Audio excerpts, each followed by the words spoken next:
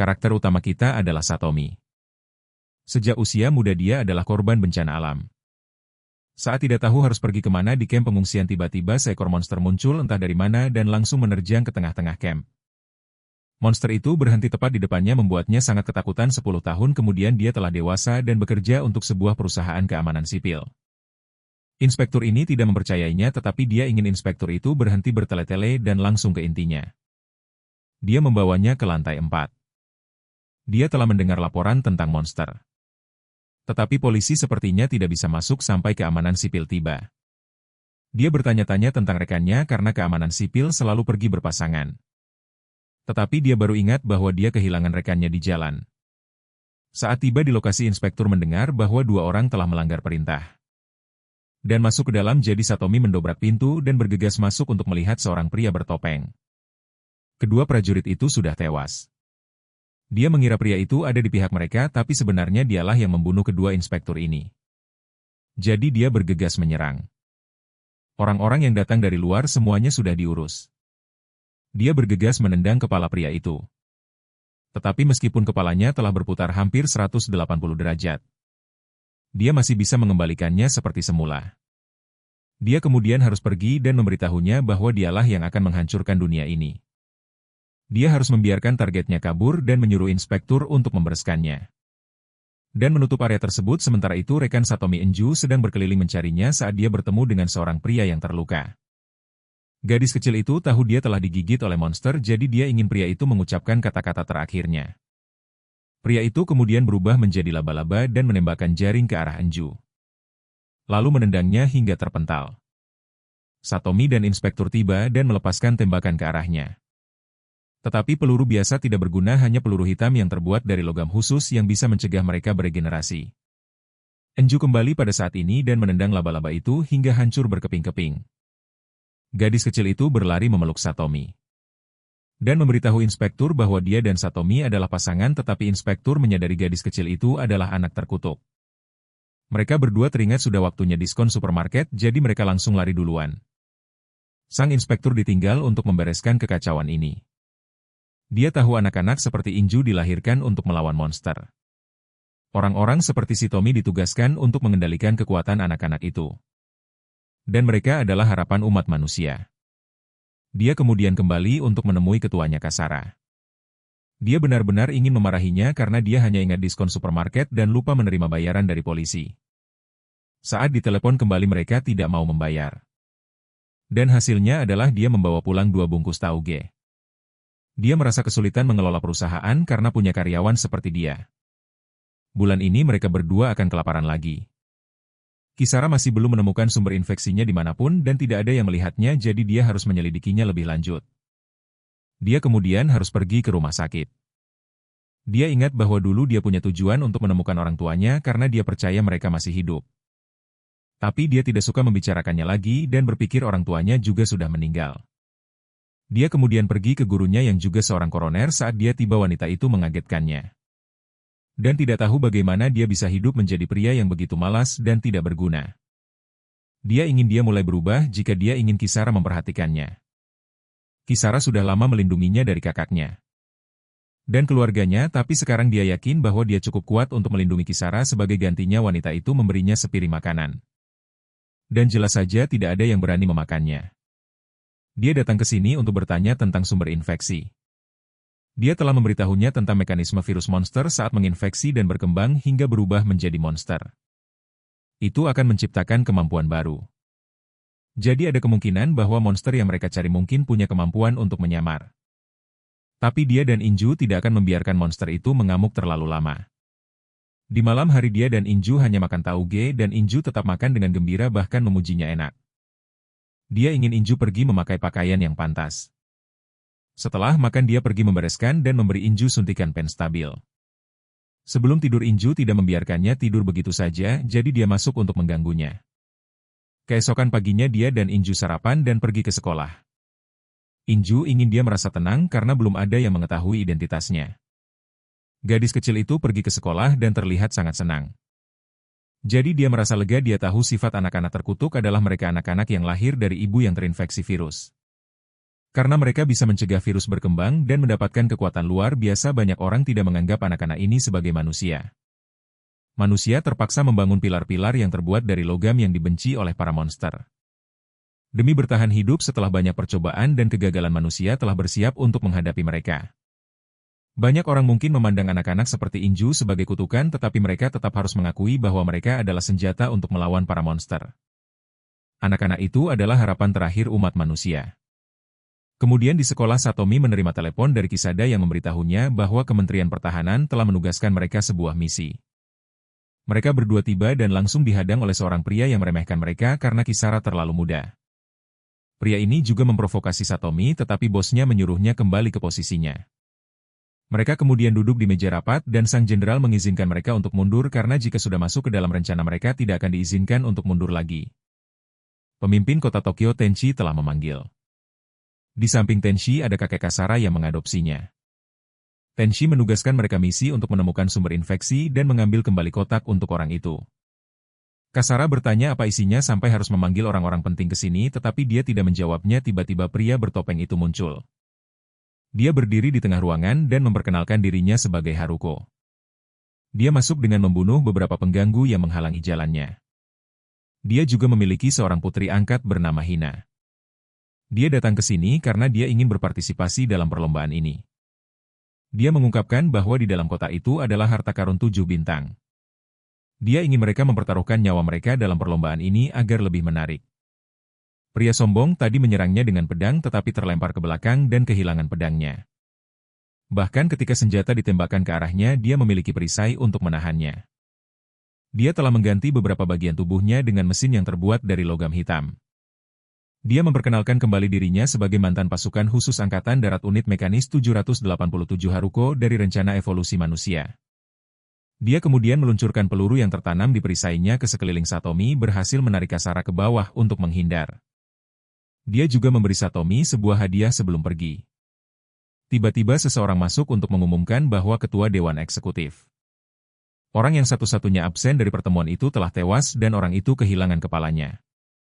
Satomi mengerti apa isi hadiah itu dan Tenchi memerintahkan mereka untuk menemukan kotak itu sebelum Haruko. Jika tidak, dia akan menggunakannya untuk meruntuhkan pilar-pilar logam hitam. Dia kemudian pergi berbelanja dengan Enju dan di jalan bertemu dengan seorang anak terkutuk. Gadis kecil itu dituduh mencuri dan melakukan penyerangan. Polisi kemudian datang untuk menangkap gadis itu dan Enju sangat ingin menyelamatkannya tetapi Satomi menahannya. Gadis yang lain ditangkap sementara Enju menyalahkannya karena tidak menyelamatkannya. Merasa cukup bersalah, dia mengejar mereka dan ketika dia sampai di tempat polisi pergi, dia menemukan mereka telah menembak mati gadis itu. Dia patah hati karena tidak semua orang memandang anak-anak terkutuk dengan simpati. Dia kemudian menyadari gadis itu masih hidup, jadi dia membawanya ke rumah sakit untuk dirawat. Setelah itu dia pergi dan kebetulan bertemu Haruko lagi. Dia ingin Satomi bergabung dengannya karena dia juga melihat kota ini sebagai sebuah kesalahan. Dia jelas menolak, jadi Haruko menyuruh Hina keluar untuk menyerangnya. Enju datang untuk membantunya dan Haruko masih mengajaknya dengan mengeluarkan sebuah koper berisi uang untuk menyuapnya. Dia langsung menolaknya dan Haruko berkata dia akan menyesal dan berubah pikiran besok. Keesokan harinya dia mendengar bahwa identitas Enju sebagai anak terkutuk telah terungkap. Sang guru mengira dia telah menyembunyikannya dari mereka. Tetapi jika tidak, apakah mereka akan mengizinkan Enju mendaftar? Dia pulang untuk mencari Enju dan tidak dapat menemukannya, jadi dia pergi ke pinggiran kota untuk mencari. Tenchi telah mencoba menerapkan kebijakan agar anak-anak terkutuk dapat berintegrasi dan tampaknya kebijakan itu sama sekali tidak membantu masyarakat ini. Satomi pergi ke selokan bawah tanah untuk mencari tempat perlindungan bagi anak-anak terkutuk. Seorang pria yang juga bersimpati pada anak-anak seperti dirinya tinggal di sini dan mengajari anak-anak cara mengendalikan diri agar mata mereka tidak memerah dan mengungkap identitas mereka. Dia bertanya tentang Enju tetapi pria itu belum pernah bertemu dengannya. Alasan dia mencari di sekitar sini adalah karena tempat ini berada di kampung halaman Enju. Pria itu menasihatinya untuk mencari partner baru karena bagaimanapun juga orang-orang keamanan sipil seperti dia hanya memandang anak-anak ini sebagai alat. Tetapi dia membenci cara berpikir kekanak-kanakan itu. Karena dalam setahun tinggal bersama Enju, dia telah mengubahnya dari orang yang tak berjiwa menjadi anak yang ceria seperti sekarang. Dia meminta maaf karena telah berteriak dan kemudian pergi. Dan dia tidak percaya bahwa Enju bisa meninggalkan orang baik seperti Satomi. Setelah itu dia pergi menemui sang guru. Dan dia membuatnya sadar betapa berbedanya pemikirannya dari orang normal, pandangannya tentang anak-anak terkutuk. Sangat berbeda dari yang lain, itulah sebabnya dia begitu kesal. Dia kemudian mendengar bahwa Inju telah kembali ke kelas, jadi dia pergi untuk memeriksa dan melihat gadis itu diusir oleh teman-teman sekelasnya. Tidak ada yang membela gadis itu, jadi Satomi membawa Inju pergi dan memberitahunya bahwa mereka bukan lagi temannya dan ingin dia pindah sekolah. Dia akan selalu berada di sisi Inju bahkan jika seluruh dunia memunggunginya. Tiba-tiba sebuah helikopter datang dan Kisara memberitahu mereka bahwa mereka telah menemukan monster yang menular itu. Mereka berdua naik helikopter dan menemukan bahwa laba-laba ini telah menggunakan jaringnya untuk membuat sayap dan terbang di langit. Itulah mengapa banyak orang tidak mendeteksinya, karena siapa yang akan berpikir seekor laba-laba bisa terbang. Inju turun lebih dulu, jadi Satomi menyuruh pilot untuk terbang lebih rendah. Dia berayun turun dengan tali dan tersandung. Tapi Inju setelah beberapa tendangan hampir membunuh laba-laba itu dan mendapatkan kotaknya. Dia percaya bahwa jika dia berjuang dan melindungi teman-temannya, mereka akan mengubah pandangan mereka tentangnya. Satomi kemudian pergi ke tempat kotak misterius itu berada dan Haruko muncul lalu menuntut untuk mengambil kotak itu darinya. Inju juga terpaksa melawan Hina. Dia bergegas menyerang tetapi baju zirahnya memblokirnya dan dia memberinya satu tembakan. Dia juga mengirimkan perisai untuk menekannya ke bebatuan. Dia harus menyuruh Inju untuk lari dan mencari bantuan. Begitu Inju lari, dia ditusuk 2 kali oleh Hina dan menerima 2 tembakan lagi dari Haruko lalu jatuh ke sungai. Dia kemudian bangun dan Kisara ada di sisinya. Dia memberitahunya bahwa dia telah koma selama 1 hari dan detak jantungnya mulai kembali di akhir operasi. Kotak yang diambil Haruko berisi sesuatu yang bisa memanggil monster level 5. Level 5 adalah level monster tertinggi, di mana mereka sangat besar dan tidak terpengaruh oleh pilar logam hitam. Dan keberadaan mereka bisa menyebabkan kepunahan massal seperti 10 tahun yang lalu, Haruko telah melarikan diri dari kota. Untuk memulai proses pemanggilan dan pemerintah harus melancarkan perburuan besar-besaran. Satomi ingin pergi menghentikannya. Meskipun tahu dia bisa mati, dia sudah siap untuk itu. Kisara menunjukkan padanya bahwa Inju telah berbaring di sebelahnya sejak operasi selesai. Tak lama kemudian, Tenshi meneleponnya dan ingin dia berpartisipasi dalam operasi penangkapan Haruko, dengan alasan yang pasti dia tahu sendiri. Dia kemudian menjawab bahwa dia akan berpartisipasi dan sang guru membawakannya peralatan serta beberapa botol obat untuk dia gunakan saat dibutuhkan. Dia teringat saat wanita itu memodifikasi tubuhnya 10 tahun yang lalu. Dia tahu itu tidak bisa dimaafkan tapi pria itu tidak pernah membencinya. Dia kemudian bertemu Andrew lagi dan berangkat bersamanya. Mereka berdua bersama dengan pasangan lainnya meninggalkan kota dengan helikopter dan diturunkan di dalam hutan. Setelah bergerak beberapa saat Satomi dan Inju bertemu dengan monster level 4 dan harus lari darinya. Mereka berdua untuk sementara turun ke sebuah tebing untuk menghindarinya. Setelah beberapa saat mereka menemukan sebuah rumah tua dengan cahaya, jadi mereka perlahan masuk untuk memeriksa dan bertemu dengan seorang gadis kecil di dalamnya. Dia mengenali gadis itu sebagai partner dari pria yang telah membuat masalah dengannya di pertemuan. Menyadari bahwa gadis itu terluka, dia meminta Inju untuk berjaga di luar sementara dia membalut lukanya. Gadis itu adalah Keo dan nama partnernya adalah Xiao Jin. Gadis itu dan Xiao Jun telah terpisah setelah bertemu dengan monster besar. Keo tanpa sadar menggunakan peluru peledak menyebabkan dia dan Xiao Jun terpisah. Mereka juga telah menyingkirkan beberapa pasangan di perjalanan karena Xiao Jun takut orang lain mencuri hadiahnya. Keo cukup cemburu pada Enju. Karena Enju bisa hidup dengan orang baik seperti dia. Meskipun Keo harus membunuh orang, dia percaya akan segera terbiasa. Tapi dia mengingatkan gadis itu bahwa membunuh orang itu sangat menakutkan dan lebih menakutkan lagi jika sudah terbiasa. Dia merasa pria itu sangat baik tapi juga sangat misterius dan menakutkan. Keo mengakui bahwa apa yang dikatakannya benar, dia telah membantunya memahami perasaan yang belum pernah dia ketahui sebelumnya. Tiba-tiba Shoujin menelepon untuk melaporkan bahwa dia telah menemukan Haruko. Mereka bertiga harus pergi bersama dan di tengah jalan Kyo tinggal di belakang dan menyerahkan Shoujin kepada Shitomi. Dia akan mengurus orang-orang yang mengikuti mereka. Dia berlari ke sana dan melihat bahwa Shoujin dan banyak orang lainnya telah terbunuh. Haruko juga menunjukkan dirinya. Dan Kasara yakin bahwa dia akan menang. Karena bertahun-tahun yang lalu ketika orang tuanya terbunuh. Satomi kehilangan 1 lengan, 1 kaki dan 1 mata saat melindunginya. Dan sekarang kau berhasil menembus baju zirah Haruko. Dia segera memperkenalkan dirinya. Sebagai mantan anggota pasukan khusus Angkatan Darat dari Unit Mekanis 787 dari Rencana Evolusi Manusia, Haruko merasa benar-benar hidup dan bertarung lebih ganas. Kedua orang dewasa itu kemudian melawan kedua anak itu. Dia masih ingin pria itu bergabung ke pihaknya, tapi pria itu berulang kali menolak. Jadi dia mengincar Inju, memaksanya untuk bergegas melindungi gadis itu dan menerima pukulan fatal darinya. Dia pikir dia akan mati di sana, tetapi dia menggunakan botol-botol kecil yang diberikan gurunya. Ini akan memberinya kemampuan regenerasi seperti monster. Tetapi menggunakannya berarti menerima takdir untuk menjadi orang terkutuk. Dia tidak ragu untuk menyuntikkannya dan mendapatkan kekuatan. Dia pulih dan meninju hina, membuatnya terpental jauh. Dia juga menembus pertahanan Haruko, menendang topengnya hingga lepas dan membuatnya jatuh langsung ke laut. Sinyalnya menghilang, tetapi kabar buruknya adalah monster level 5 telah dipanggil. Namun, Kisara punya sebuah rencana. Dia mengingatkannya untuk melihat meriam terbengkalai di sana. Senjata ini sudah lama ditinggalkan. Tetapi kekuatannya sangat besar sehingga satu tembakan bisa mengalahkan monster level 5. Tugasnya hanyalah untuk menyalakannya, sementara tim Kisara yang akan menangani penembakannya. Tetapi sebuah insiden terjadi, memaksa Satomi pergi ke ruang amunisi untuk memeriksa dan ternyata tidak ada peluru yang tersisa. Dia harus melepaskan lengannya untuk digunakan sebagai peluru pengganti. Tetapi medan magnet menghalangi tim Kisara untuk mengendalikannya lagi. Jadi dia harus membidik secara manual. Dia lalu mencoba menargetkan objek sejauh 50 km dengan satu lengan. Dia tidak bisa membidik dengan benar. Jadi Inju memutuskan untuk membantunya. Inju membantunya mendapatkan kembali ketenangannya lalu menembak. Monster itu terkena serangan telak dan tidak mungkin selamat, meledak menjadi berkeping-keping. Inju kemudian tertidur di dalam meriam, sementara dia pergi keluar untuk mencari Koya. Dia menemukan gadis itu terluka parah. Gadis itu bertanya tentang rekannya dan dia berbohong bahwa rekannya baik-baik saja. Gadis itu akan berubah menjadi monster, jadi dia ingin dia membantunya mati selagi masih menjadi manusia. Dia menganggapnya sebagai satu-satunya teman yang dia miliki.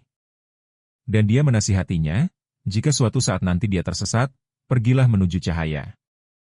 Dia terpaksa menembak untuk mengakhiri hidup Koya dan setelah itu sebuah helikopter datang untuk membawa para penyintas kembali. Dia kemudian pergi menemui ayah angkatnya, yang juga merupakan kakek Kisara. Dia tahu bahwa ayah angkatnya adalah orang yang menyebabkan semua kejadian baru-baru ini. Dan bahkan dengan sengaja menggunakan hina untuk membuat orang-orang melihat bahaya dari anak-anak terkutuk. Dia awalnya membenci anak-anak itu karena merekalah alasan istrinya meninggal.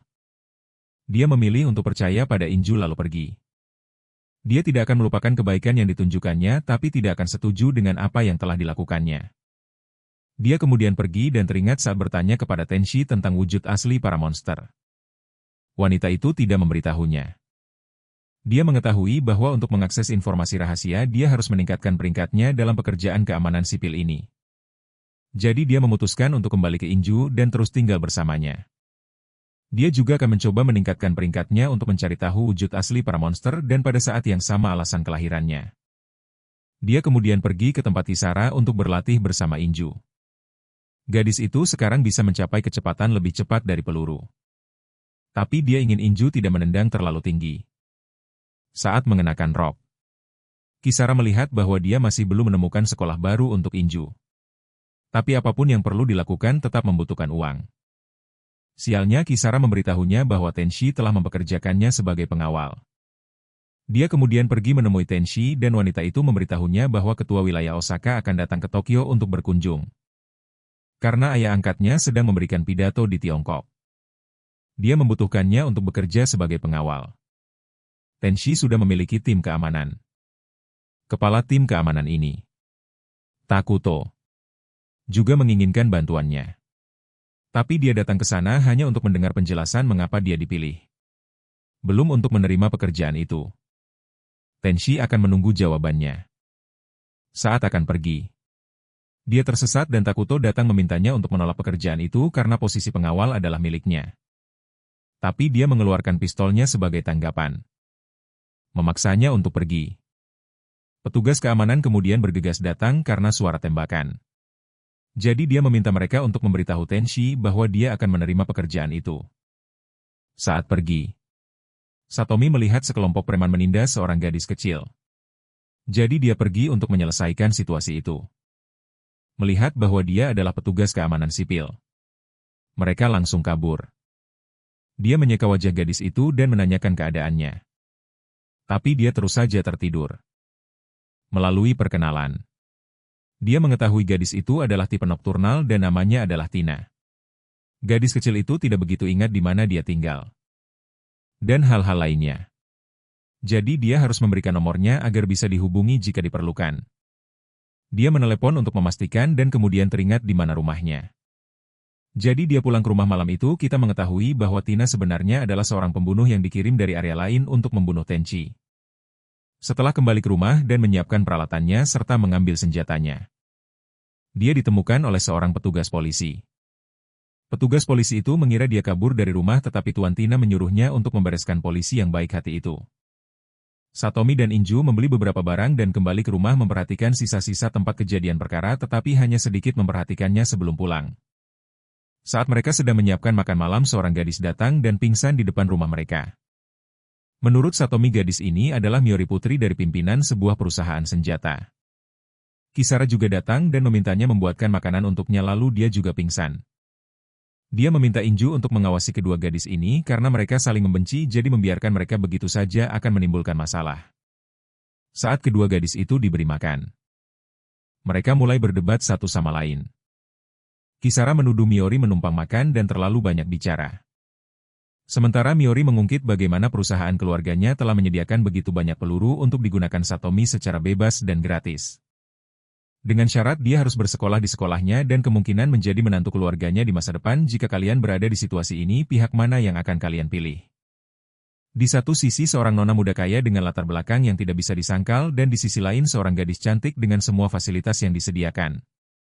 Juga dari keluarga terpandang tetapi lebih memilih untuk mandiri. Tinggalkan pendapat kalian di kolom komentar. Kedua gadis itu mengeluarkan pedang dan pistol untuk bermain jadi Satomi dan Inju memindahkan meja ke sudut lain. Dan begitulah tanggungan Satomi bertambah lagi. Keesokan paginya dia pergi ke tempat Tenchi untuk bekerja sebagai pengawal dan bertemu dengan pimpinan Osaka. Tenchi tahu kalau Satomi mengenal orang ini jadi Satomi terus terang berkata bahwa dia adalah seorang diktator dan Tenchi harus berhati-hati. Begitu bertemu dengannya dia menyapa Satomi dan terkejut karena Satomi masih hidup. Dia menyadari bahwa Satomi telah menghancurkan meriam elektromagnetik yang dia rencanakan untuk dikirim ke bulan. Tetapi Satomi tahu betul bahwa jika dia meletakkan benda itu di bulan, dia akan menggunakannya untuk mengancam negara-negara lain. Dia menyatakan cita-citanya yang membuat Satomi berpikir bahwa dia benar-benar gila. Saat pergi Satomi senang bahwa Tenchi tidak setuju dengan rencananya. Ada desas-desus bahwa dia bekerja sama dengan negara lain. Dia menggunakan logam hitam Jepang untuk ditukar dengan uang dan senjata dari negara lain. Tenchi memiliki keinginan untuk menyatukan wilayah-wilayah di Jepang. Tapi sekarang dalam situasi ini dia khawatir banyak orang akan dikirim ke sini untuk membunuhnya dan dia tahu itu egois. Tapi dia berharap bisa bekerja dengan pria itu untuk waktu yang lama karena sekarang sangat sedikit orang yang bisa memberinya rasa percaya seperti dirinya. Dan pria itu kemudian terbangun dan berkata bahwa dia punya firasat buruk. Dia kemudian harus melihat keluar jendela. Seberkas cahaya muncul dan dia segera membuat Tenchi menunduk. Sebutir peluru melesat masuk memaksanya untuk mengeluarkan wanita itu dari mobil. Peluru lain datang jadi Andrew berdiri untuk menghalanginya dan membiarkan pengawal lain membawa Tenchi ke tempat aman. Dia tidak tahu siapa yang menembak tetapi mereka sudah pergi. Tina adalah pembunuh itu dan dia tidak tahu siapa yang telah menghalanginya. Keesokan paginya pria itu pergi menemui Tina lagi dan membelikan makanan untuknya. Dia tidak tahu siapa orang dari tadi malam itu. Meskipun dia telah menyelidiki orang-orang yang mencurigakan tidak ada petunjuk, dia kemudian melihat Tina menaburkan sesuatu pada makanannya agar tetap waspada. Tapi gadis itu tidak bisa makan sendiri jadi pria itu menyuapinya dengan cepat. Gadis kecil itu sangat menyukai Satomi karena dia memperlakukannya dengan sangat baik. Sudah lama sekali sejak dia merasakan kebahagiaan darinya. Dia kemudian dipanggil oleh tuannya jadi dia lari. Sang tuan memberitahunya bahwa target berikutnya adalah Kasara. Pria itu kemudian kembali ke sekolah untuk bertemu Miori. Kisara ingin menyerang karena dia tidak bisa membiarkan pria itu berduaan dengan Miori. Tapi pria itu langsung ditarik masuk dan jika Kisara mendobrak pintu dia harus membayar ganti rugi. Dia masuk untuk menemui Miori dan wanita itu punya informasi tentang insiden tadi malam. Berdasarkan sudutnya dia menemukan posisi si pembunuh. Dan pria itu memintanya untuk menyelidiki pimpinan Osaka. Wanita itu masih ingin pria itu pindah bekerja di perusahaannya. Dan dia siap menawarkan tubuhnya kepada pria itu. Kisara harus mendobrak masuk untuk menyela. Miori malah memanasi suasana membuat pria itu bingung bagaimana harus menjelaskan karena Kisara dikenal keras kepala. Pria itu menceritakannya pada sang guru dan guru itu tertawa karena dia memang cukup menarik dan gagah tapi lemah syahwat sampai-sampai tidak berani menjadikan seorang gadis miliknya. Alasan guru itu memanggilnya adalah karena dia telah mencapai peringkat yang cukup untuk mendengar beberapa informasi. Wanita itu adalah ketua dari proyek evolusi manusia. Dan proyek itu melibatkan 4 negara. Karena proyek itu cukup sulit pada saat itu dan mereka menemukan bahwa anak-anak terkutuk memiliki kemampuan bertarung yang lebih kuat. Mereka mengizinkan para prajurit mekanik pada waktu itu untuk menjadi partner dengan anak-anak terkutuk untuk bertarung bersama. Sebagian besar prajurit mekanik memiliki pangkat tinggi. Jadi jika dia ingin menyelidiki latar belakangmu, dia mungkin akan menghadapi lawan yang sekuat atau lebih kuat dari Haruko. Pekerjaanmu sudah selesai. Jadi guru itu menyuruhnya pulang dan menenangkan Kasara terlebih dahulu karena dia masih punya urusan di Jewu. Tina saat ini mendengar tuannya memberikan informasi lebih lanjut bahwa Kasara memiliki sepasang petugas keamanan sipil yang bekerja di bawahnya hanya dengan mendengar nama Inju. Dia menjatuhkan teleponnya dan tuannya menutup telepon. Dia kemudian pergi ke kantor Kisara untuk melepaskan tembakan. Dia telah bersembunyi dan kemudian bergegas keluar untuk menebas pistol itu. Tapi dia tetap diserang balik dan dicekik oleh Tina. Dia memanggil nama Satomi menyebabkan gadis kecil itu ragu-ragu. Satomi bergegas menyerang dan gadis itu sangat terkejut melihat Satomi di sini. Tina telah menembak untuk mengusir Satomi tetapi dia menahannya dan membiarkan Kasara menebas lantai. Tina dengan cepat melarikan diri sementara Kisara dibawa ke rumah sakit untuk cuci darah karena ginjalnya sudah lama tidak stabil. Dia ingin wanita itu segera menjalani operasi ginjal tetapi tidak ada persediaan. Dia telah belajar sesuatu dari Miori dan memutuskan untuk membiarkan pria itu memegang tangannya. Tapi dia tiba-tiba diraba oleh Inju. Ada kemungkinan bahwa serangan baru-baru ini dan upaya pembunuhan terhadap Tenchi saling berhubungan. Jadi mereka harus bertanggung jawab karena membiarkan Tina kabur. Dia juga bertanya-tanya tentang apa yang dikatakan guru itu kepada Inju. Inju tidak begitu mengerti karena semuanya tentang fisika dan semacamnya. Kisara ingin dia menghentikan Tina dan dia pasti akan melakukannya baik wanita itu menyuruhnya atau tidak. Dia kemudian harus pergi dengan Tenchi lagi. Dia ingin wanita itu tetap aman karena dia yakin ketua Osaka berada di balik semua ini. Namun dia tetap berpura-pura naif demi perdamaian. Tapi dia siap menerima hasilnya. Mereka kemudian tiba di tempat pertemuan tetapi diserang lagi sehingga Satomi harus menahan peluru dan terluka. Dia membawanya pergi saat peluru masih terus ditembakkan. Jadi dia harus menyuruh sopir untuk masuk ke garasi parkir. Dia membiarkan Ju pergi untuk menghadapi Tina. Dia percaya Ju akan aman. Tapi kemudian dia datang untuk memberitahunya bahwa dia baru saja menyelidiki Tina dan tahu Tina adalah prajurit mekanik tingkat tinggi. Jadi Andrew sudah pasti tidak akan bisa mengalahkannya. Tapi saat dia baru saja menelepon Inju, Tina yang menjawabnya. Dia kemudian pergi ke rumah sakit dan dokter berkata Inju stabil tetapi akan koma selama 2 hari. Dia mendengar Kisara mengatakan bahwa Tenchi masih ada pertemuan ketiga besok malam. Dia kemudian teringat saat tiba di lokasi kejadian dan mengetahui bahwa Inju telah ditembak dari 4 arah yang berbeda dan 3 senapan mesin telah hancur. Dia kemudian pulang ke rumah dan tidak tahu harus berbuat apa. Mungkin dia harus berhenti dari pekerjaan ini karena Kasara dan Inju sama-sama telah terluka. Dan dia tidak bisa mengalahkan Tina. Dia kemudian bertemu Takudo lagi dan ingin dia membuat rencana palsu. Sementara dia sendiri yang akan menghadapi dan melindungi Tenchi. Dia lalu pergi menemui sang guru dan memintanya untuk menggunakan pengetahuannya tentang pesawat mini untuk membantunya melawan Tina. Karena dia ingin bekerja untuk menaikkan peringkatnya dan mempelajari rahasia-rahasia dunia. Dia kemudian pergi dan menelepon Miori untuk pergi ke tempatnya berlatih. Dia memiliki mata mekanik yang membantunya memproses informasi lebih cepat. Tapi hasilnya menunjukkan bahwa kecepatannya saat ini dibandingkan dengan Tina hanyalah 1/6 darinya. Malam itu Tina telah merencanakan sebuah pembunuhan. Tapi gadis kecil itu melihat bahwa posisi itu tanpa mencurigakan seolah-olah sengaja diperlihatkan. Tina kemudian pergi dan berharap Satomi tidak akan datang. Tapi kemudian kenyataan pahit membuat Tina dan dia saling berhadapan. Dia akan berusaha mengalahkan Tina dengan segala cara. Dia kemudian menghindari peluru dari kejauhan dan bergegas masuk ke sebuah gedung untuk bersembunyi. Dia melihat pesawat tanpa awak dan menembak jatuh mereka. Miuri menelepon untuk memberitahunya tentang senapan-senapan mesin yang dikendalikan dari jarak jauh itu. Dia ketahuan, sehingga senjata-senjata itu mengarah padanya dan memaksanya bersembunyi. Meori memberitahu bahwa ada total 5 senjata di sekitar 3 gedung. Tina kemungkinan besar berada di gedung tengah. Dia telah naik ke lantai yang lebih tinggi ketika dia bertemu dengan 2 pesawat tanpa awak. Begitu mereka memindainya, dia menembak jatuh semuanya. Dia naik ke atap dan kemudian menemukan Tina di atas sana, jadi dia bergegas dan melompat ke sana. Dia melihat Tina meninggalkan senjatanya di sini saat Miori melaporkan bahwa Tina ada di dekatnya. Sambil memperhatikan radar, Tina melompat turun dari atas untuk menyerang. Gadis itu perlahan-lahan mengalahkannya dan tepat saat dia akan mengeluarkan bom, dia mengirim pesawat tanpa awak terlebih dahulu. Dan melemparkan pisau untuk meledakkannya, membuatnya terlempar ke dinding. Dia kemudian menyadari bahwa bom itu sepertinya tidak meledak. Saat dia hendak menyerah, suara Inju menyemangatinya dan bom kejut itu meledak, membutakan Tina untuk sementara waktu. Dia mengambil kesempatan itu untuk mengalahkan gadis itu dan Tina ingin dia menghabisinya. Tapi dia malah membawanya keluar. Tina percaya bahwa satu-satunya tujuannya adalah untuk bertarung. Dan dia telah merenggut hal itu, jadi dia harus bertanggung jawab. Tiba-tiba Tina ditembak oleh Takuto.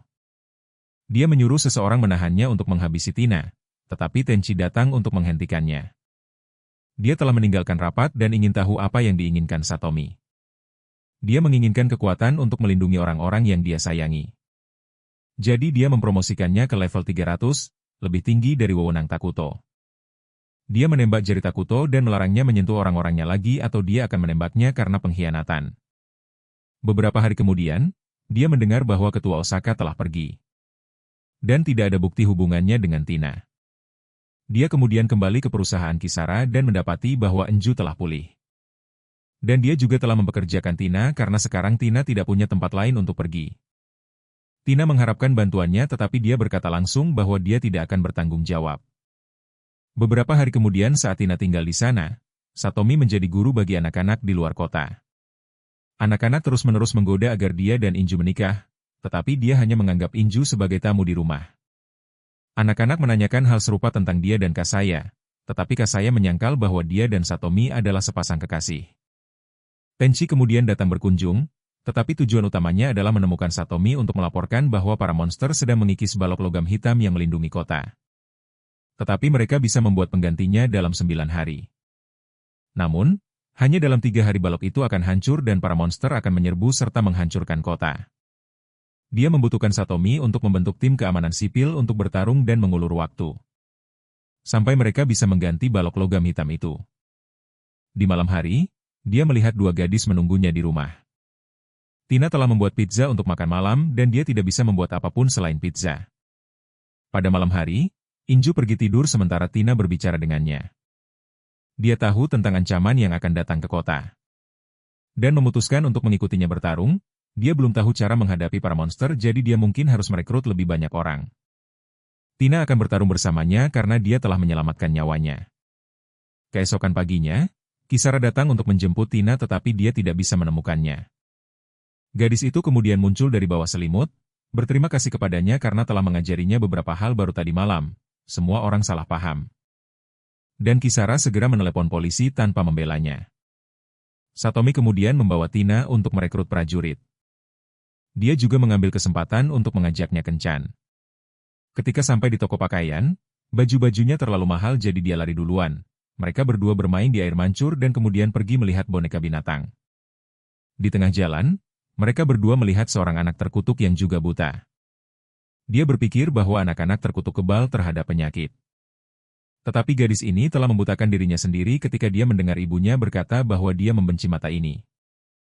Dia juga melihat orang-orang melakukan trik jahat jadi dia memberi gadis itu uang untuk pulang. Gadis itu kemudian mendengar tentang orang-orang yang melakukan protes. Dia dan Tina kemudian pergi ke rumah kenalan, kata Giri bersaudara. Keduanya tahu tentang balok hitam dan upaya rekrutmennya. Tetapi sang kakak laki-laki menuntut pembayaran. Jika hanya untuk menaikkan peringkat dan beberapa hal lainnya itu tidak perlu. Jadi dia ingin mereka bertarung untuknya tetapi mereka hanya melayani orang yang lebih kuat dari mereka.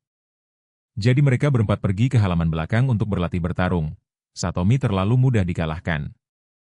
Dia memperhatikan ada banyak tali kawat yang terikat di sekeliling. Tina terus-menerus menghindar dan tahu persis di mana letak tali-tali kawat itu. Dia diserbu oleh sang adik laki-laki tetapi mengendalikan tali kawat untuk menahannya. Dia mengakui kedua saudara ini kuat karena mereka bisa menantang level tinggi sepertinya.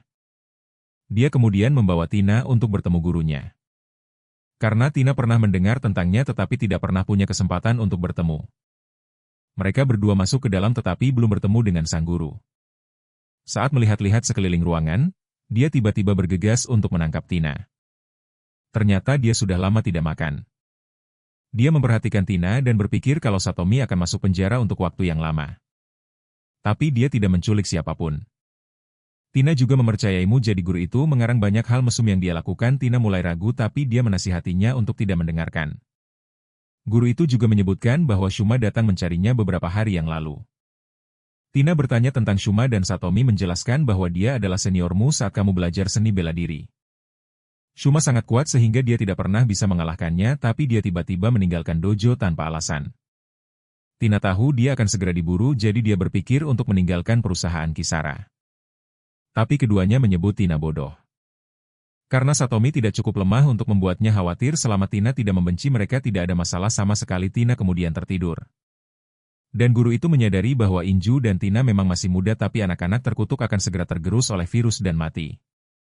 Jika kamu ingin mengubah dunia, kamu harus menjadi seorang politisi. Tapi dia yakin ada banyak cara untuk mengubah dunia. Dan salah satunya adalah dengan memusnahkan semua monster. Guru itu tertawa saat mendengarnya karena dia memang berbeda darinya.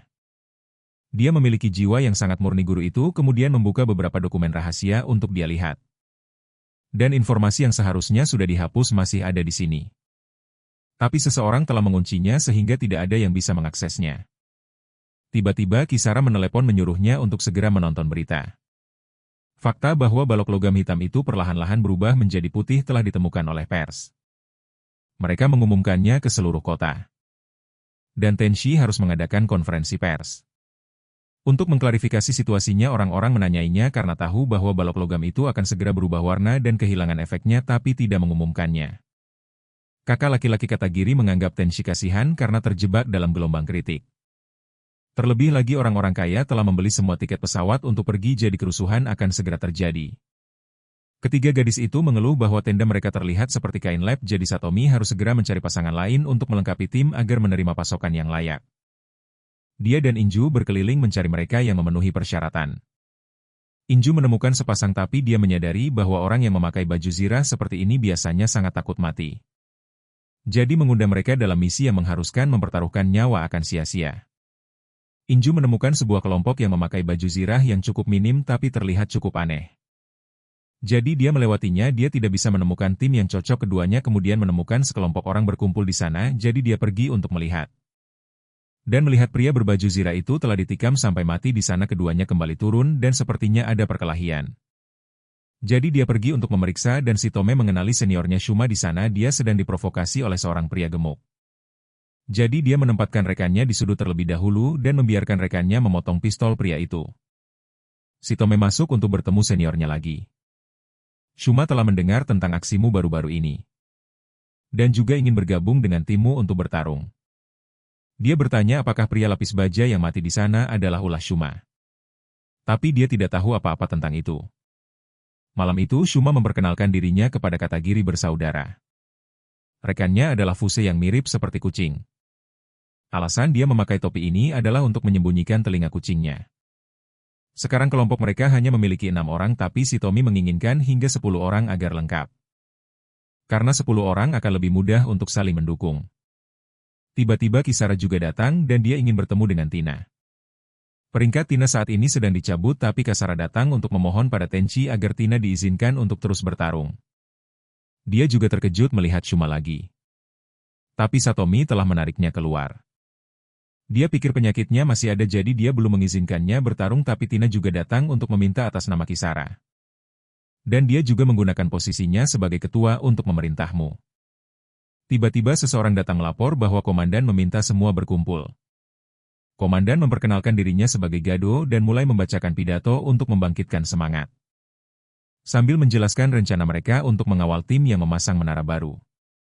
Tapi dia mengangkat tangannya untuk menyarankan bahwa jika mereka perlu mengawal tim instalasi, mengapa tidak memindahkan camp lebih dekat ke area itu untuk menangani kemungkinan tak terduga dengan lebih mudah. Tapi dia hanya akan mendukung jika tim pengganti meminta bantuan. Pendapatmu hampir ditolak. Ketika dia kembali ke kelompokmu, dia duduk di sudut dengan perasaan patah semangat. Dia ingin tahu apakah Kisara benar-benar ingin bertarung denganmu. Dia sangat takut sesuatu akan terjadi padanya. Tapi dia juga tidak mau hanya duduk dan berdoa sementara kau membahayakan dirimu sendiri. Mereka berdua duduk saling memandang dan Satomi hendak mengungkapkan perasaannya. Tapi kemudian diganggu oleh Tina. Yang lain juga ikut dan mengira mereka berdua sedang bermesraan di tengah situasi seperti ini. Satomi kemudian memperkenalkan dirinya lagi kepada seluruh kelompok. Dia berterima kasih kepada semua orang karena telah meminjamkan kekuatan mereka untuk membangun kembali balok logam hitam itu. Inju berpikir bahwa sekarang kelompok itu hampir lengkap, mereka bisa meneriakkan slogan untuk meningkatkan semangat. Keesokan paginya dia dan Kisara pergi mengajar anak-anak lagi. Dia ingin seluruh kelas menuliskan impian masa depan mereka di atas kertas. Tidak ada yang bisa memikirkan apa yang harus ditulis. Satomi merasa bahwa melakukan ini mungkin bisa membantu mereka melupakan sebagian ketegangan dari senjata logam itu. Paman itu juga berterima kasih kepada mereka berdua karena telah datang mengajar di saat-saat tegang ini. Inju kemudian menyerahkan kertasnya dan berharap menjadi istri Satomi. Tina juga menyerahkan kertasnya dengan keinginan yang sama. Waktunya habis, jadi dia meminta seluruh kelas untuk menyerahkan kertas mereka. Tapi tetap saja tidak ada yang selesai. Jadi dia bertanya pada Kisara berapa banyak uang yang tersisa dan memutuskan untuk mengajak seluruh kelas pergi karya wisata. Dia membawa anak-anak dengan kereta api dan menuntun mereka ke patung api asal. Di masa lalu kota itu telah diserang oleh monster sebanyak 2 kali dan setelah memenangkan pertempuran kedua. Patung ini didirikan untuk memperingati kemenangan dan mengenang mereka yang berkorban. Anak-anak pernah mendengar tentang festival peringatan yang diadakan kota setiap tahun dan khawatir mereka tidak akan hidup untuk melihat festival itu. Tapi alasan dia membawa anak-anak ke sini adalah untuk memotivasi mereka agar percaya padanya dan pemerintah untuk melindungi mereka. Dia dan Kisara juga akan berjuang untuk melindungi kalian para murid. Jadi anak-anak itu tiba-tiba berkumpul dan memutuskan untuk menerimamu. Mereka semua memutuskan akan menjadi istrimu di masa depan. Inju dan Tina telah memeluknya untuk mengklaimnya secara eksklusif. Tapi yang lain juga bergegas memeluk Satomi. Malam itu ketika semua orang sudah tidur, Kisara datang mencari Satomi dan ingin berjalan-jalan dengannya.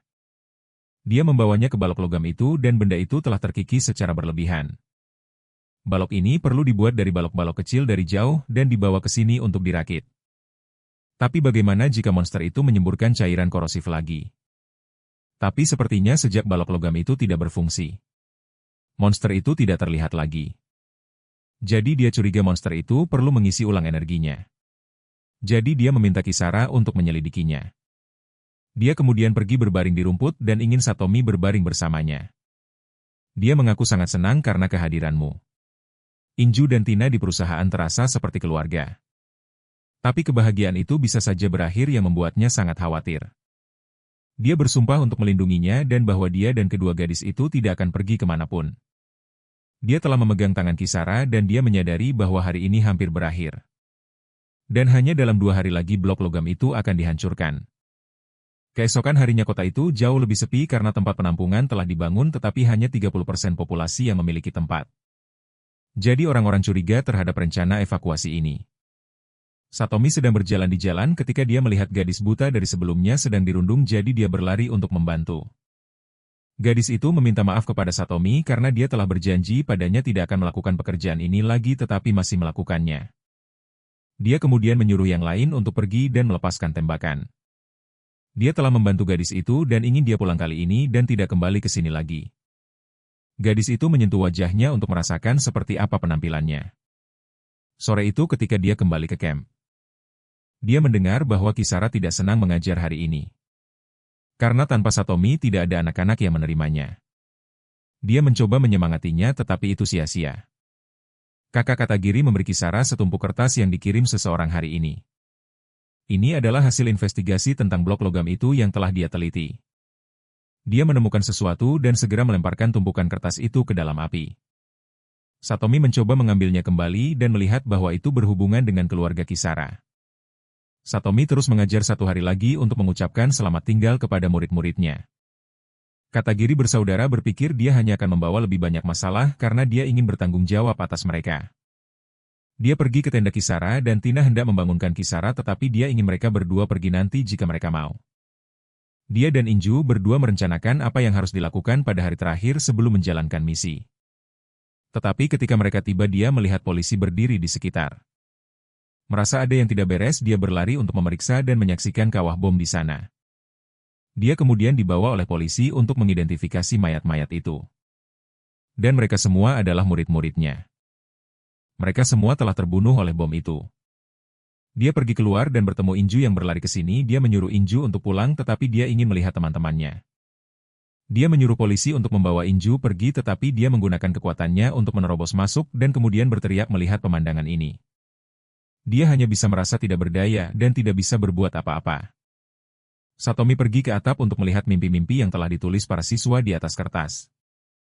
Tetapi semuanya tertiup angin. Kasara menelepon dan memberitahu bahwa Tina sudah tenang. Dia tahu insiden ini disebabkan oleh mereka yang menentang dan membenci anak-anak terkutuk. Karena dia menemukan pecahan logam hitam di serpihan bom. Dia tidak tahu untuk siapa dan untuk apa dia dan Inju bertarung jika merekalah yang menegakkan keadilan. Di mana keadilan itu di dunia sampah ini? Dia ingin agar Satomi berjuang untuk menyelamatkan orang-orang itu dan mereka akan sedikit mengubah pandangan mereka tentang anak-anak itu. Dia merasa pekerjaan ini benar-benar tidak masuk akal. Tetapi kemudian seluruh menara tiba-tiba runtuh. Alasannya adalah mereka tidak mengantisipasi kekuatan angin yang menyebabkannya runtuh lebih awal dari yang diperkirakan. Kasara akan tiba di sana lebih dulu sementara Satomi pergi memanggil Jewu. Gadis itu masih linglung dan ketika dia menyebutkan menara runtuh, dia harus menenangkan dirinya untuk bergabung dengannya dalam pertarungan. Pasukan keamanan sipil kemudian berdiri menunggu untuk melihat bagaimana pasukan pemerintah di sisi lain akan bertarung. Ledakan-ledakan tiba-tiba berhenti membuat mereka berpikir pasukan itu telah menang. Tetapi tank itu terbang mundur dan para monster kemudian menyerbu masuk. Kelompok Satomi menemukan sekawanan monster terbang yang berpotensi mengepung mereka dari samping. Tetapi meninggalkan posisi mereka sekarang akan dianggap sebagai pembangkangan. Namun seluruh kelompok hanya mengikuti arahannya. Kelompoknya pun meninggalkan posisi mereka dan berlari ke dalam hutan untuk menyerang monster di dalamnya. Semua orang berkoordinasi dengan baik dan saling mendukung satu sama lain untuk memastikan tidak ada yang dalam bahaya. Dia dan kelompoknya kemudian kembali ke medan perang. Tetapi para monster kini telah menyapu bersih segalanya. Tidak meninggalkan apapun, orang-orang yang tersisa juga telah ditabrak oleh para monster. Dia melihat sang komandan berdiri di atas sana. Dia menghampirinya untuk bertanya dan mengetahui bahwa semuanya telah berakhir. Di antara para monster ada sesuatu yang disebut tombak cahaya. Dia dan rekan-rekannya meskipun tewas masih berpegangan tangan dan sekarang dia jatuh dan langsung masuk ke mulut monster. Setelah itu dia juga menyaksikan betapa mengerikannya tombak cahaya yang disebutkan oleh sang komandan. Mereka menembak ke seluruh medan perang dan menghancurkan semua yang disinarinya. Para monster kemudian tiba-tiba berbalik dan mundur. Semua yang tersisa setelah pertempuran hanyalah puing-puing. Setengah dari pasukan telah tewas. Sedangkan para monster, bahkan jika mereka mati, mereka masih bisa berkembang biak. Situasi pertempuran setelah malam ini akan menjadi 500 pasukan keamanan sipil melawan 2000 monster, sebuah angka yang benar-benar tanpa harapan. Keesokan harinya dia pergi ke rumah sakit lapangan dan melihat Andrew bekerja di sana. Kisara memuji bahwa gadis itu telah membantu para prajurit merasa lebih baik. Gurunya juga datang ke sini. Dan dia telah diberi tiket untuk turun ke tempat penampungan tetapi malah merobeknya alih-alih memberikannya kepada orang lain. Karena orang-orang akan saling membunuh untuk mendapatkannya. Dia tidak percaya sebuah tempat penampungan bisa melindungi semua orang. Dia memilih untuk tinggal di sini untuk menyemangati mereka yang berani menghadapi bahaya. Pikiran manusia biasanya logis tetapi tindakan didasarkan pada emosi. Dia ingin dia bertindak karena jika dia berhenti maka kematian akan menyusulnya. Saat ditanya tentang Inju dia hanya merasa kasihan pada teman-teman gadis itu. Tetapi dia masih berpikir Inju baik-baik saja karena gadis itu lebih tangguh dari yang mereka kira. Untuk saat ini mereka tidak akan menyebutkan apapun yang akan membuat Inju mengingat peristiwa menyedihkan itu. Guru itu kemudian membiarkan mereka bertiga pulang dan beristirahat.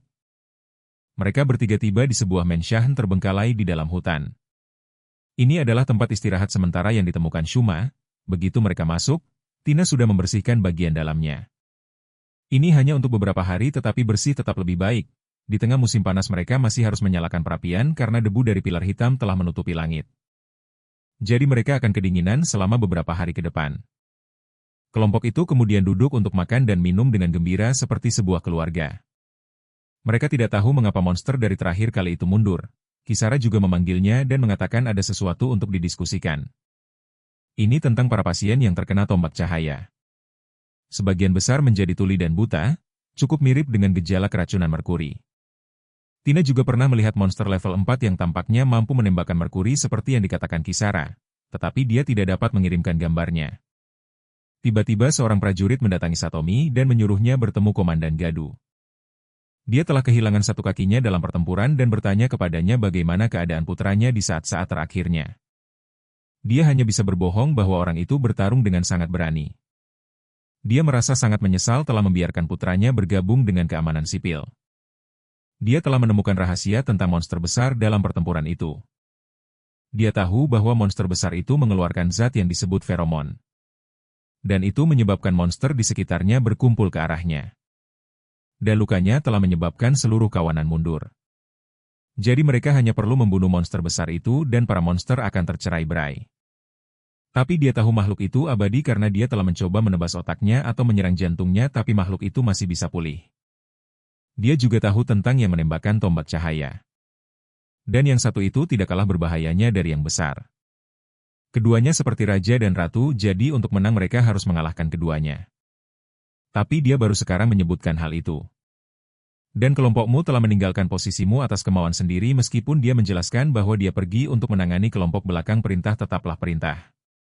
Dia memutuskan untuk membubarkan kelompokmu dan mengeksekusimu sebagai contoh saat kamu melawan. Kamu dirobohkan oleh rekannya. Dan cara dia mengeksekusimu adalah dengan memaksamu menyusup ke sarang monster dan menghadapi sang ratu sebagai gantinya dia tidak akan menghukum timmu. Kamu harus kembali untuk mengemasi barang-barangmu dan pergi diam-diam. Kisara mengetahui kepergianmu tapi kamu tidak ingin dia mengikutimu. Dia ingin kabur bersamamu tapi di mana lagi tempat untuk bersembunyi. Kamu harus pergi sendirian dan di perjalanan diserang oleh sekawanan anjing. Kamu menembakkan senjatamu untuk membunuh beberapa dan melarikan diri. Tapi mereka menyeretmu ke dalam sungai. Kamu berpegangan pada sebuah batu tapi terkepung di tepi sungai. Tapi tiba-tiba mereka berbalik pergi dan saat kembali mereka semua sudah mati kamu bertemu Haruko dan Hina lagi. Dia masih hidup dan datang untuk membantumu. Kamu masih waspada padanya jadi dia mengingatkanmu bahwa dia telah memberimu obat dan perban untuk mengobati lukamu. Kamu bertanya apa yang sedang dia lakukan dan kamu memberitahunya tentang rencanamu untuk membunuh monster. Dia telah melihat monster yang menembakkan merkuri yang kamu cari karena dia telah mengamati pertempuran kemarin. Alasan dia tidak berpartisipasi adalah karena dia tidak membutuhkan kedamaian. Alasan dia memakai topeng adalah karena tidak ada yang mau melihat wajahnya.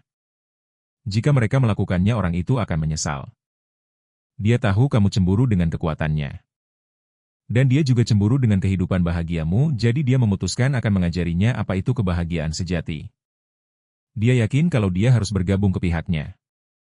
Keesokan paginya dia bertemu Haruko lagi dan memberitahunya lokasi sang ratu itu. Dia pun pergi dan diikuti olehnya karena dia juga ingin menghadapi monster itu. Mereka bertiga menemukan sarang monster itu. Haruko menunjuk monster yang pernah dia lihat. Dia menjelaskan bahwa anggota tubuhnya telah rusak sehingga butuh monster lain untuk membantunya makan dan bergerak. Awalnya Satomi berencana meledakkannya dengan bahan peledak. Tapi tas ranselnya telah hanyut terbawa sungai. Haruko ingin masuk dan menghadapinya menggunakan bagian tubuh mekanisnya. Dan dia sendiri tidak akan cukup jadi dia membutuhkan bantuan Sitomi. Mereka berdua menyerbu masuk dan melancarkan serangan yang kuat. Membuat monster itu berteriak kesakitan. Monster itu hanya berhasil menembakkan satu kali tembakan sebelum tumbang sepenuhnya. Monster-monster kecil menjadi waspada dan berlarian kocar-kacir. Satomi menderita komplikasi dari lukanya dan tertabrak tetapi Hina datang untuk menyelamatkannya.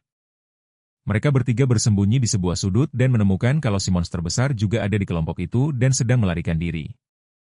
Dia berlari melapor pada Tenchi untuk mengirim pesawat karena dia telah membereskan sang ratu. Dia mengirimkan jet tempur untuk menembakkan misil ke para monster. Monster itu berhasil menjatuhkan pesawat-pesawat tersebut. Sang raja meskipun kepalanya hancur masih tetap abadi seperti yang dikatakan Gado. Pertempuran setelahnya kembali berlangsung dengan sengit. Dan ketika dia kembali ke camp sebagian besarnya sudah hancur lebur. Tapi Inju masih baik-baik saja dan bergegas memeluknya karena dia telah pergi sendirian. Dia juga bertemu Kisara lagi dan dia memberitahunya bahwa dia akan menjadi komandan baru karena Gado telah mengorbankan dirinya. Dia pergi melihat jasad Gado dan dengan jujur berkata kalau dia tidak membencinya. Orang-orang di bawah sana membuat masalah dengan Haruko karena dia telah memukuli beberapa orang di camp. Tapi dia hanya menanggapi tantangan mereka. Hino ingin berkelahi dengan Inju tetapi adik perempuan Katagiri menahannya. Si Tommy berpikir ini bukan waktunya untuk berdebat tetapi mereka harus memikirkan cara untuk mengalahkan para monster. Haruko memutuskan untuk mengamati kemampuan kepemimpinannya dengan saksama. Dia kemudian bertemu Shuma lagi dan bertanya di mana rekannya Midori berada lalu diantar ke ruang kesehatan. Gadis itu telah terluka saat menolong orang lain. Kemampuan sensoriknya telah dihilangkan oleh racun. Dan tingkat erosinya akan segera melampaui level peringatan. Haruko ingin dia mengakhiri hidup Midori dengan tangannya sendiri. Dia kemudian mengunjungi Midori dan mendengarkan ceritanya tentang kehidupannya. Gadis kecil itu juga menyadari bahwa Kisara memiliki aura kehancuran yang cukup besar dan bisa dengan mudah tersesat dalam kegelapan. Tetapi jika Satomi menjadi pemimpin, dia yakin Kisara akan baik-baik saja. Midori kemudian permisi untuk pergi ke kamar mandi. Satomi tidak bisa mengikutinya dan setelah beberapa saat dia pergi bersama semua orang untuk mencari. Tetapi dia hanya menemukan Shuma berdiri di depan Midori yang telah meninggal. Gadis kecil itu telah memilih kematian untuk menghindari menjadi beban bagi semua orang. Shuma berkata bahwa dia dan Midori sangat mirip. Dan dia sebenarnya tidak meninggalkan dojo. Tetapi dikeluarkan karena dia telah menyesuaikan kekuatan seni bela dirinya yang sekarang lebih cocok untuk pekerjaan keamanan sipil daripada melanjutkan di dojo. Satomi ingin meminta maaf tetapi Shuma percaya kesalahannya ada pada para monster. Jadi jika dia ingin melakukan sesuatu, dia harus menghancurkan raja monster itu untuknya. Shuma telah menyemangati jiwanya dan ingin Satomi berhasil. Keesokan paginya, dia mengenakan seragam komandan dan pergi menemui personel keamanan sipil lainnya. Mereka tidak menginginkannya sebagai komandan dan ingin melarikan diri, jadi dia maju dan menikam salah satu dari mereka sebagai peringatan. Ketika mereka membalas, Haruko melindunginya. Dia menyatakan bahwa jika ada yang berniat menentang atau melarikan diri, dia akan menusuk mereka semua. Karena dia tidak sebaik Gado. Ketika Kisara mempertanyakan tindakannya, dia berargumen bahwa semua orang takut pada monster. Jadi dia harus membuat mereka lebih takut padanya daripada takut pada monster. Meskipun dia tahu tidak ada yang akan menyukainya saat ini, dia tidak membutuhkannya. Kisara akan tetap di sisinya bahkan jika orang lain menentang. Rekan Gado berpikir dia sedang menjadi seorang diktator. Tetapi dia percaya dia tidak bisa seperti Gado karena dua kekalahan sebelumnya disebabkan olehnya. Ketika gadis kecil itu mengancam akan menusuknya, Shuma menghentikannya. Dia ingin gadis itu bekerja sama dengannya. Dia tidak mengabdi pada dua tuan. Tapi Shuma hanya butuh kerja samanya dalam pertempuran yang akan datang lalu banyak helikopter tiba dan pemiliknya adalah Miori. Dia dipanggil ke sini oleh Satomi untuk menjadi ahli strategi. Karena sekarang tidak ada orang lain yang mau membantu mereka kecuali keluarga Miori, dia tahu bahwa dalam setengah hari gerombolan Raja Monster akan tiba. Dan dia membawa sebuah bom yang bisa menghancurkan monster itu sepenuhnya. Tapi wajib untuk membuat lubang di tubuh monster itu dan melemparkan bom ke dalamnya. Lalu menunggu monster itu pulih sebelum meledakannya. Dan satu-satunya orang yang bisa menembus sirah itu adalah Satomi. Miori mengusulkan untuk memindahkan camp mereka ke tempat lain. Dan tempat yang mereka tuju adalah patung api asal. Ketika mereka tiba semua orang sudah bersiap untuk menyambut monster itu. Satomi melihat Anju berdiri sendirian di sana dan gadis kecil itu sedang teringat saat teman-temannya berkumpul di sini bersama Satomi. Dia lupa bahwa membawa Anju ke sini akan membuatnya teringat pada rasa sakitnya. Dia mencoba menyemangati Anju bahwa akan ada saatnya dia memutuskan untuk menyelamatkan dunia ini atau tidak. Tapi sekarang mereka harus membuatnya tetap ada terlebih dahulu. Tim Satomi sekarang secara resmi memiliki 10 orang dan monster itu juga sudah siap untuk mulai mengamuk. Dan apakah kau ingat pengawal Takudo yang tangannya ditembak oleh Satomi dan diusir?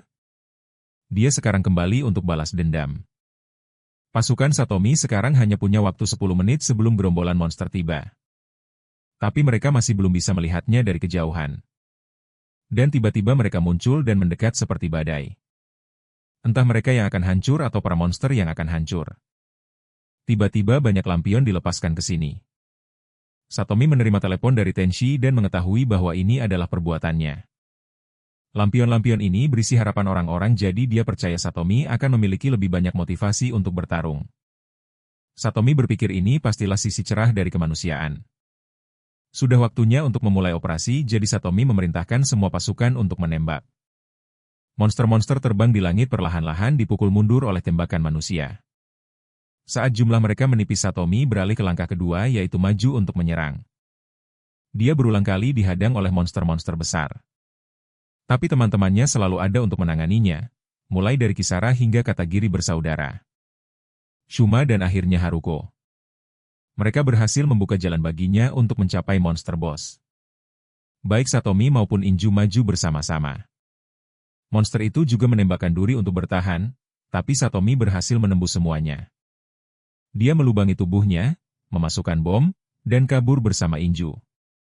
Tapi saat dia menghitung mundur, Miori memberitahu bahwa bomnya tidak berfungsi dan butuh benturan untuk meledak. Dia tahu apa yang harus dia lakukan, jadi dia mengucapkan selamat tinggal pada Inju dan berterima kasih untuk setahun terakhir ini. Gadis kecil itu menolak, jadi dia dibuat pingsan dengan satu pukulan.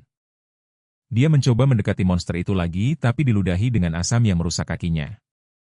Dia tak berdaya dan tidak bisa berbuat apa-apa lagi, jadi Shuma datang untuk membantu. Dia memutuskan untuk mengambil alih tugas Satomi. Karena tekniknya bisa mempengaruhi bagian dalam monster itu. Dan ini juga merupakan sebuah penyimpangan, jadi dia harus menguburnya sendiri. Shuma kemudian maju dan melayangkan pukulan yang mengaktifkan kembali bomnya dan menyeret monster itu bersamanya.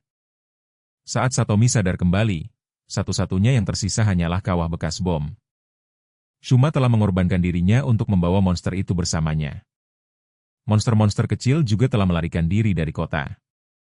Balok-balok logam kini telah diangkut untuk membangun kembali. Tapi Kisara dan Satomi telah kembali ke dojo. Kisara memanggil kakaknya yang juga merupakan wakil menteri konstruksi. Dia terkait dengan pembangunan pilar-pilar logam sebelumnya. Kisara tahu kakaknya telah menggelapkan uang dan menggunakan bahan berkualitas rendah untuk membangun menara sebelumnya. Itu juga berarti dialah yang bertanggung jawab atas perang ini.